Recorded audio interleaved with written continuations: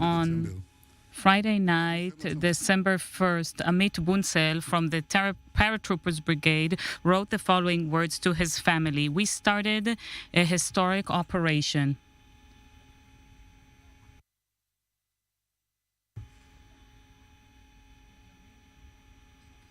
This is his last will and testament, an overwhelming victory.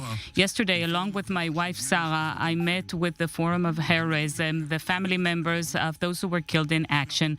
They gave me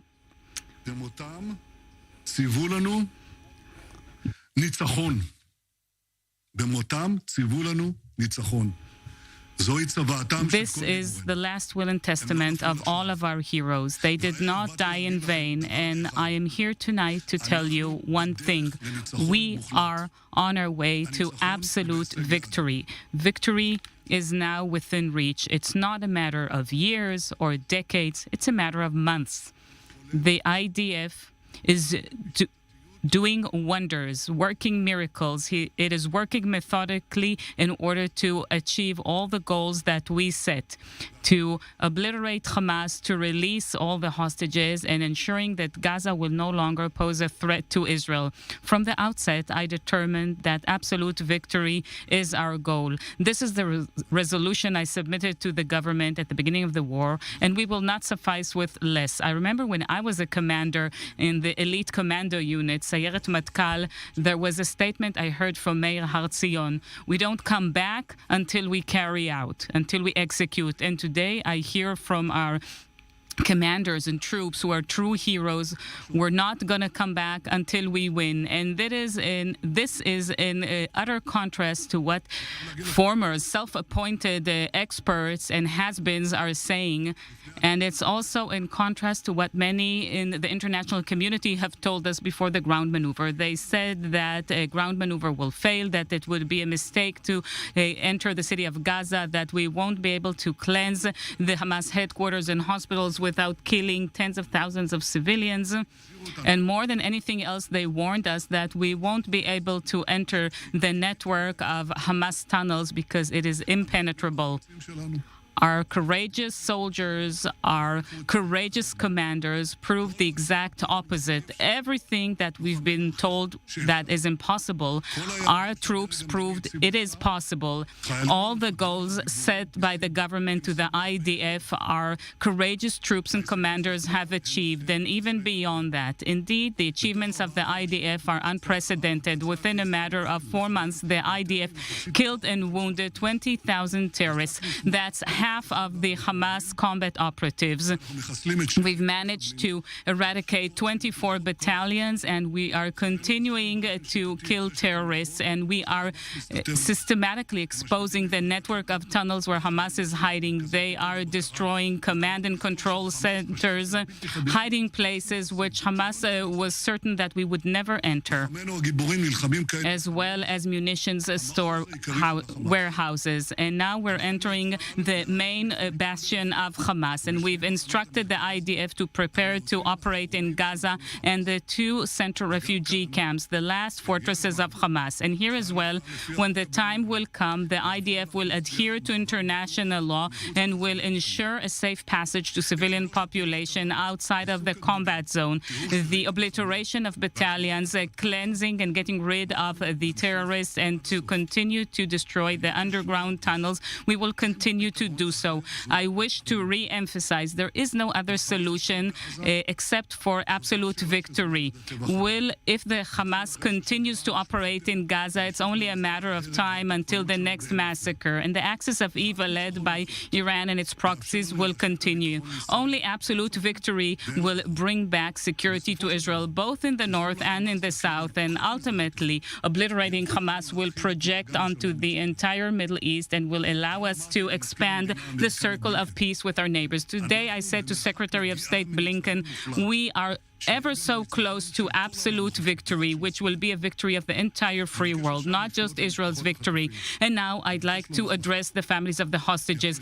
And I would like to tell you, your loved ones are always our first consideration always. I look at you in your eyes, I see their pictures, and my heart is torn. We are not stopping to act for their release, not for 1 minute, even right now. And I'm saying very sincerely to them and to all of you what I believe in. Continued military pressure is a necessary condition for releasing the hostages. Succumbing to the insane demands of Hamas will merely summon another massacre, a terrible disaster to the state of Israel that none of our citizens is willing to accept. And it will definitely not lead to the release of the hostages.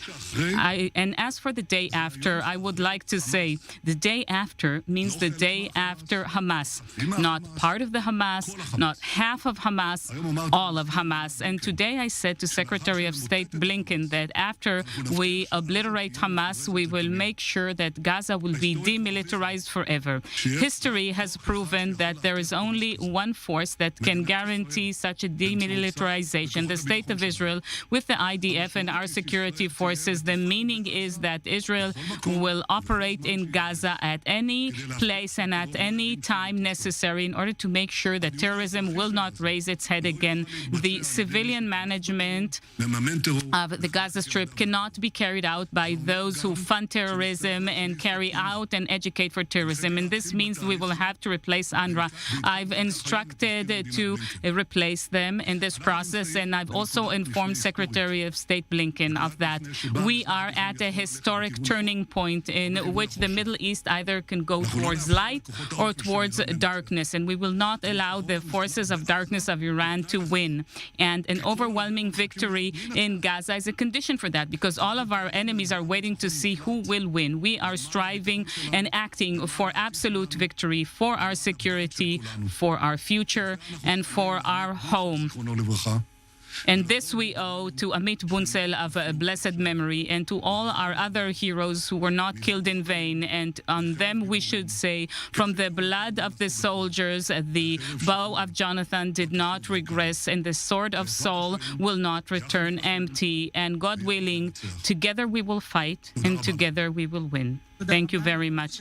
Thank you. We can move on to the questions. Moria Asraf from Channel 13. Mr. Prime Minister, you've just made some promises. Absolute victory. How can we reach absolute victory when we are diluting the fighting forces? Israel is providing fuel and humanitarian assistance that reaches Hamas, and Hamas is reestablishing itself in places that have already been cleansed in northern Gaza. How can we reach absolute victory this way, and what will it include? First of all, it will include the destruction of the military force of Hamas, and this process takes time. You say that Hamas is re-establishing itself in Gaza, in northern Gaza. It's incorrect. Yes, well, first of all, we've destroyed the battalions. What does it mean that we've destroyed the battalions? It means that nobody can say, Platoon A, you should attack the IDF forces from northwest. You destroyed their entire chain of command. It's as if you've taken a glass, smashed this with a hammer, and now there are shreds, and now you keep hitting these shreds until you get these small individual shreds. We are handling them through destroying the battalions and raids that are going on continuously. And the more they continue, the less you need to do, because then the pieces that remain are smaller. So this is what's happening, and this is what the IDF is doing, and it's doing it in the best possible way. There is no substitute to military collapse, and you won't reach any civilian collapse if you don't reach military collapse. We have to complete this smashing of Hamas, and I think that other militaries in the world, when they look at it, and if you compare what happened in Mosul, where it took 9 months to the U.S. and its allies to overcome 5,000 terrorists who didn't have these underground tunnels in a city that's smaller than Gaza, I think that the IDF achievements speak for themselves. We are going to get there. Of course. For sure. Suleiman Maswadeh from Kan 11 News. Thank you very much, Mr. Prime Minister. With your permission, I'd like to ask, many Israeli citizens are now asking the State of Israel and the person heading it, do they support the release of prisoners with blood on their hands who have murdered Israelis? I'm not talking about numbers. I'm talking about the profile, those who really murdered Israelis. What is your position on this topic? We hadn't committed to anything. We definitely did not commit to these insane terms mentioned by Hamas and the nature of the prisoners and the murders and this insane number. There is no such commitment. There is supposed to be some kind of negotiating process through mediators, but as of now, from what I see from the Hamas terms, they're not there. Ofer Haddad from Channel 12 News. Good evening, Mr. Prime Minister. This week, you've decided to restrict the pace of the trucks getting into Gaza. Only 200 trucks entering yesterday. There's a great opposition to this in the government, all the way from Ben Gvir to Benny Gantz. Isn't it time, just like Gantz suggested, to reduce or completely stop the humanitarian assistance? And do you share the criticism of people from the government regarding the police, which is enforcing your decision? I did not decide to increase the number of trucks. I don't know where you got that. It's incorrect. I don't know where it comes from, but it's part of the fake news. It's very difficult to fight this wave of fake news, and then things incorrect. And the fact that you repeat things that are incorrect doesn't make them correct. And on the other hand, I do understand the pain of the families of the hostages and of the fallen soldiers, but the minimal aid that we had committed to, it is an important condition for the continuation of combat, because if there's going to be a total humanitarian collapse there, we won't be able to continue with the war. But something else is happening, and it's very important to address that. And I think that people are emphasizing that, and rightfully so. According to one of our security agencies, the estimate is that up to 60% of the humanitarian aid is taken by Hamas. And in the past, President Biden said that if that would happen, then the assistance would have to stop. And we said that as well. So I've instructed the IDF and the security establishment to come up with solutions that will prevent this, or at least reduce it to a minimum. And I will receive these recommendations over the next few days. What about the criticism that the police stops people from interrupting the trucks? It's done as it is instructed the police. The criticism was on the absence of equal enforcement in other places where roads are blocked. Moti Kastel from Channel, that it doesn't exercise the same standards in other places. I think that was the criticism. Good evening, sir. Prime Minister. Minister Eisenkot talks about a deal in any terms. Gantz speaks against you. Him and his ministers don't come to the government meetings, and it seems like he's building the case to leaving the government. Perhaps you should change the current makeup and include Avigdor Lieberman in the war cabinet. Look, I was the first one who supported an emergency government, a unity government for the sake of the war. I've proven it, and I keep proving it, and I think that we should continue with that. But I think that if we're talking about unity, we should act in unity, and you cannot talk about unity and then speak against and criticize and be divisive in every opportunity. What we need is true unity. This is what's currently necessary, and I hope everybody will do so, because that's what we need. We need that in order to achieve one main thing.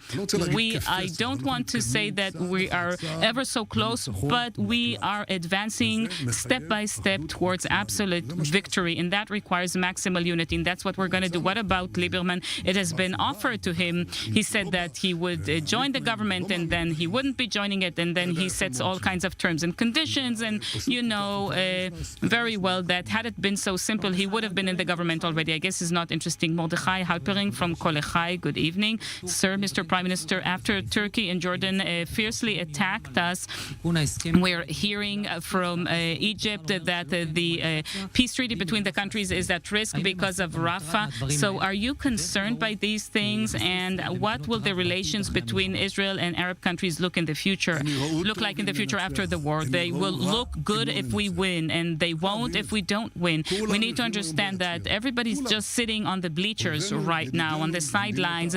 Our friends, our enemies, the neutral countries, everybody's watching, and they want to know who's gonna win, Israel or Hamas. If you will, Israel with the backing of the U.S. versus the axis of evil of Iran with the Houthis and Hezbollah and Hamas, these three H's. And this test focuses on Gaza. So all this talk, people have different statements and declarations, but ultimately the real test is who wins. And what I am pushing for with everything I have is to lead to this victory, and that requires the three things I said: the crushing of all the battalions. You cannot talk about victory and leave 6 battalions operating. So what, Hamas has been obliterated, but it has 6 battalions? No, that's out of the question. Or even 1 battalion. We need to completely crush the battalions. We need to cleanse the entire territory, addressing these shreds of glass, like I said. And number 3, to cleanse the underground sphere. And that's what we're doing. And I'm telling you,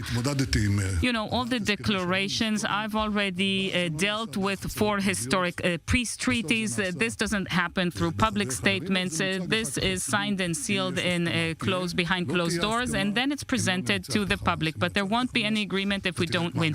If we win over Hamas, you'll see the circle of peace expanding. Sam Sokol, Time of Israel, hello. Yesterday, Minister Gantz talked about security control in Gaza, but he didn't talk about civilian control. And in your response, you said that we cannot see the return of the Palestinian Authority to the Gaza Strip. How long can we continue like this when the cabinet can't agree on a plan for the day after the war? Who told you that the cabinet cannot agree? In contrast to what people say, we've talked about it twice already. It's been discussed 12 times in the NSC. I think there is agreement regarding 2 principles, and we don't need to go further than that, because it's a futile discussion, because there are 2 principles you can talk about genuinely, and I think the vast majority of Israelis agree about that. You have to completely destroy and obliterate Hamas. You must, and that's going to happen. Number 2, you need to ensure demilitarization. That can happen only with the IDF and the security forces that can stay and operate in Gaza in order to ensure the recurrence of terrorism. And you can also lead to a civil administration by those elements who are not supporters of Hamas or of terrorism. So ostensibly the argument is not about the day after. I think everybody agrees about that. You agree with respect to that? Usually I think most of the Israeli population agrees about that, because it makes sense. Otherwise you just cannot act.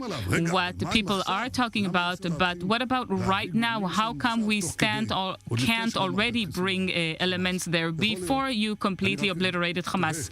Maybe, but I'm just wondering. I'm trying to mobilize countries from the region to help us in this move before we've completed, and to look, maybe there are certain local elements not identified with anyone, and they'd be willing to do this work. And if you're asking me, it can be done. We're trying to do it, but will it succeed? Well, as long as people think that we are not committed to what we said, which is absolute obliteration, and as long as they haven't seen it with their own eyes, then you can definitely find yourself in a situation that they're simply afraid to stand up and take these positions, because they'll be afraid to be shot in the head, because they'll be afraid that Hamas will resume power. So this claim that you need to completely destroy the civil administration before you destroy the military one, no. If you destroy the military administration, you'll destroy the civil administration. But if you don't destroy the military administration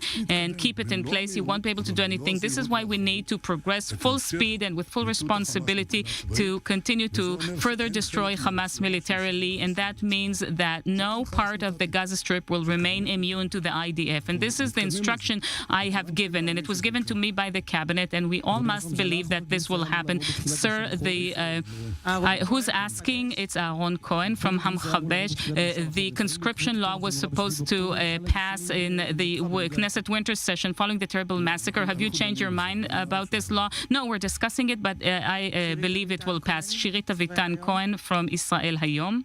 Sir, Mr. Prime Minister, we've published this morning that Blinken planned exceptionally to meet with the Chief of General Staff in Four Eyes. Exceptionally, is that an intervention of the American administration as we see the growing pressure from the American administration and our need for their munition shipments? Can you withstand this pressure over time? I think the right way to conduct these things is through meetings between the political government echelons to which the heads of the security forces join as well. The Chief of General Staff, the Director of the Shin Bet and of the Mossad. I don't see any room for private sessions. When I go to Washington or to other countries, I don't meet with their security agencies separately. I think this is proper procedure. Sometimes there are exceptions, but usually it doesn't happen. And I think that this is what needs to happen. And I insist that we behave and conduct ourselves like a proper civilized country. Shlomo Reichman from Kol Barama. Mr. Prime Minister, the people of the north of Israel are outside their homes for 4 months, and Israel is still talking about some kind of diplomatic agreement. Isn't it time we shift towards a military operation? And if we're talking about such an agreement, will we concede places like Hardov? I have to say something very simple to you. We cannot keep a situation remain in the situation in which we have almost 100,000 refugees in Israel. It simply won't happen. And I think our enemies are beginning to understand that they need to realize that it will be somehow resolved, either diplomatically or militarily, but we must reinstate security, not just the sense of security, but actual safety and security to the citizens of Israel living in the north of the country. How will we achieve that, and what way will we achieve that? I suggest that we suffice with that. The seriousness of our action and our full force, the enemy is feeling it very well every day, and I suggest that they don't test us on that. Nobody is talking about that, and we're not volunteering that. Shlomi Heller from Walla.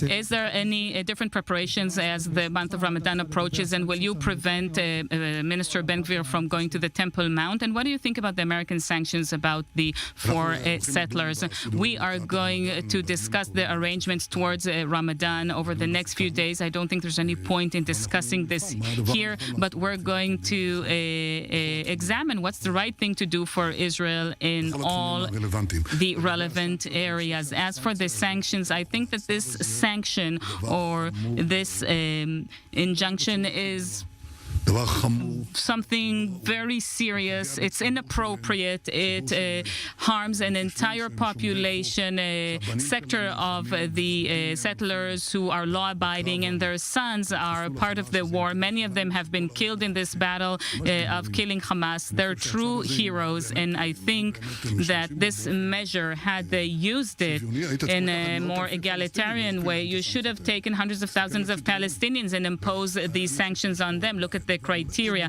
I think that this is something very problematic, and I have to tell you that I also said that to Secretary of State Blinken in our conversations. Anna Belsky from Ma'ariv, last question. Thank you very much.